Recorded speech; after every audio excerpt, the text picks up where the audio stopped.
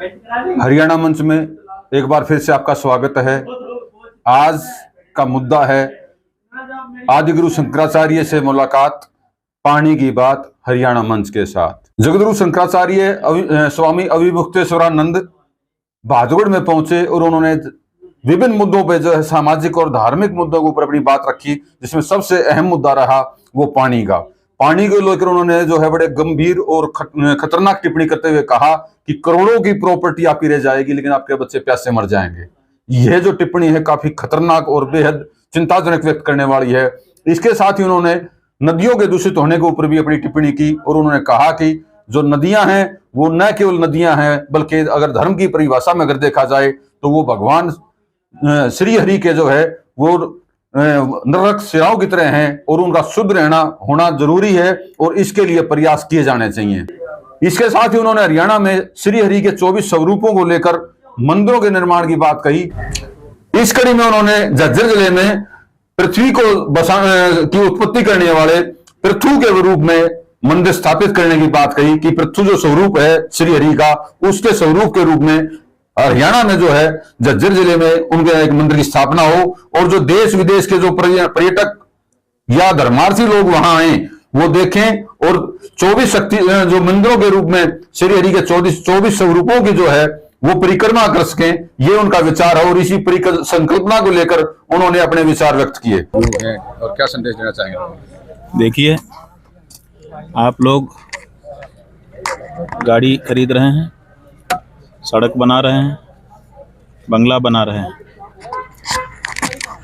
तरह तरह के ब्रांडेड कपड़े और जूते मोजे खरीद रहे हैं, लेकिन कल्पना करो जब पानी की कमी हो जाएगी तो इसी बंगले में, इसी गाड़ी में, यही ब्रांडेड कपड़ा पहने हुए आपका बच्चा तड़प तड़प के मरेगा। इसलिए बाकी सब बाद में, सबसे पहले पानी की रक्षा करो। बिन पानी सब इसीलिए सबसे पहले आए क्योंकि हरियाणा के नाम में हरि का नाम है और भगवान का नाम ही लेकर के तो कार्य शुरू किया जाता है।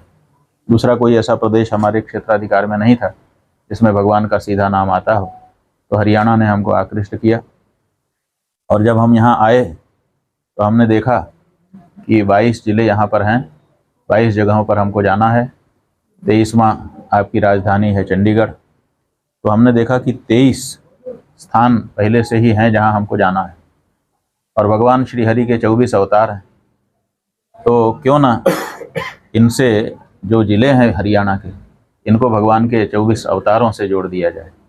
तो ये संकल्पना मन में आई कि हर जिले में भगवान के एक अवतार का मंदिर अगर स्थापित किया जाए तो पूरे देश के लोगों के लिए ये आकर्षण हो जाएगा कि हरियाणा में हम जाएंगे और हरियाणा की परिक्रमा करेंगे तो भगवान के 24 अवतारों के 24 स्वतंत्र मंदिर।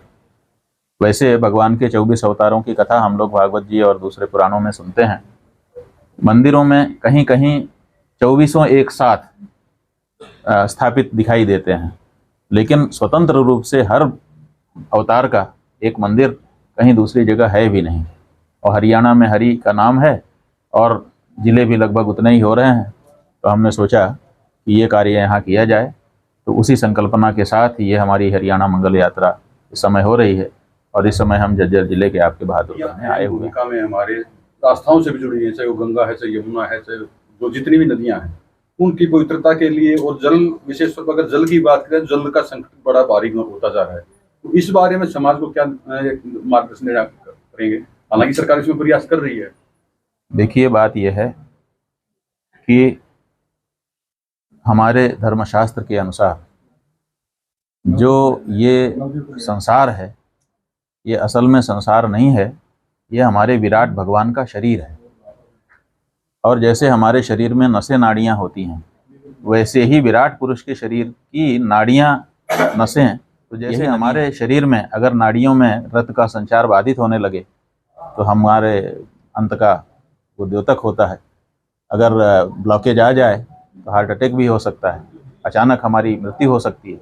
उसी तरह से अगर इन नदियों के प्रवाह को रोक दिया गया तो विश्व के स्वास्थ्य पर भी खतरा आ सकता है। इस बात को हम लोग आध्यात्मिक दृष्टि से भी समझते हैं। जहाँ तक व्यवहार का दृष्टिकोण है कि पानी, जल ही जीवन है। अब जल जो जीवन है, उस जल की हम ऐसी उपेक्षा कर रहे हैं।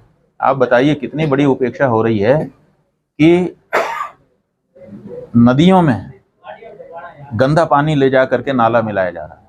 कहते हैं कि हम विकास कर रहे हैं, विकास के नाम पर बड़े बड़े शहर बनाए जाते हैं, बड़ी बड़ी बिल्डिंग बनाई जाती है और सीवर लाइन डाली जाती है, लेकिन वो सीवर लाइन घूम फिर करके हमारी नदी में जाके गिर जाती है। कोई समझदार व्यक्ति, एक बार हमने प्रयोग किया था कि हमने कांच की गिलास में साफ पानी रखा और एक गटर से पानी जग में मंगा करके रखा, जो आता था हमारे पास। हमने दिन भर के लिए प्रयोग रखा था कि हम उसको कहते थे कि ये गटर का पानी है, जरा इस गिलास में डाल दो 1 चम्मच। बूढ़े आए, जवान आए, बच्चे आए, स्त्रियां आई, पढ़े लिखे आए, ना पढ़ा आए, सब आए, लेकिन जिससे जिससे भी हमने कहा उसने इनकार कर दिया कि महाराज जी ये क्या है, गंदा पानी साफ पानी में डालने के लिए कह रहा है। और 1-2 ऐसे थे जिन्होंने डाल ही दिया, लेकिन उन्होंने डालने के बाद हमसे पूछा कि आपने कहा इसलिए हमने डाल तो दिया, लेकिन इसका तात्पर्य क्या था, ऐसा क्यों करवाया आपने? इसका मतलब है कि थोड़ी सी भी समझ रखने वाला व्यक्ति ये जानता है कि साफ पानी में गंदा पानी नहीं मिलाया जाना चाहिए।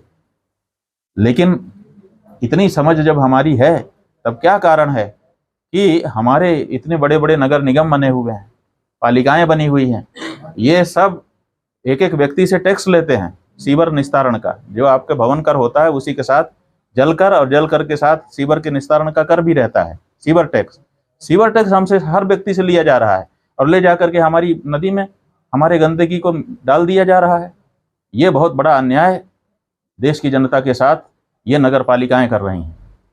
तो इसकी ओर हम ध्यान आकृष्ट कराना चाहते हैं। हमारा ये नारा है, let us separate river and sewer. River और सीवर दोनों 2 चीज़ें हैं, इनको कभी भी मर्ज नहीं करना चाहिए, मिलाना नहीं चाहिए।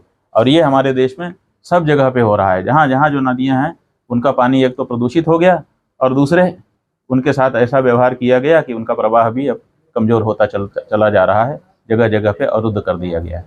तो नदियों के प्रवाह को अवरुद्ध करना विश्व के स्वास्थ्य को बिगाड़ना है, और उसमें गंदा पानी मिलाना ये तो प्रत्येक व्यक्ति के स्वास्थ्य से खिलवाड़ है, अब अक्षम्य अपराध है। इसको संज्ञान में सरकारों के द्वारा लिया जाना चाहिए। इसीलिए हम लोग 2008 ईस्वी से गंगा सेवा अभियान नाम से नदियों की रक्षा का कार्यक्रम चला रहे हैं। आप लोगों को जान करके प्रसन्नता होगी कि भारत सरकार ने जो गंगा जी को राष्ट्र नदी घोषित किया, ये हमारे आंदोलन का परिणाम रहा। हमारी ये मांग थी कि गंगा को राष्ट्र नदी घोषित किया जाए, और राष्ट्र नदी पर बहुत काम करने की आवश्यकता है कि हमको अपनी जो धाराएं हैं उनको स्वच्छ भी रखना है और अविरल भी रखना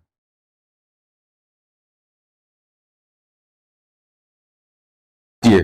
कुल मिला के उन्होंने धार्मिक, सामाजिक और सबसे जो ज्वलंत मुद्दा है वो पानी के ऊपर जो उन्होंने टिप्पणी की, वो काफी सोचनीय विषय है। और इसको लेकर उनके जो विचार हैं उनको प्रत्येक व्यक्ति अगर गंभीरता से लेगा तो आने वाला जो संकट है जिसकी ओर उन्होंने इशारा किया है उसे कहीं तक निपटा जा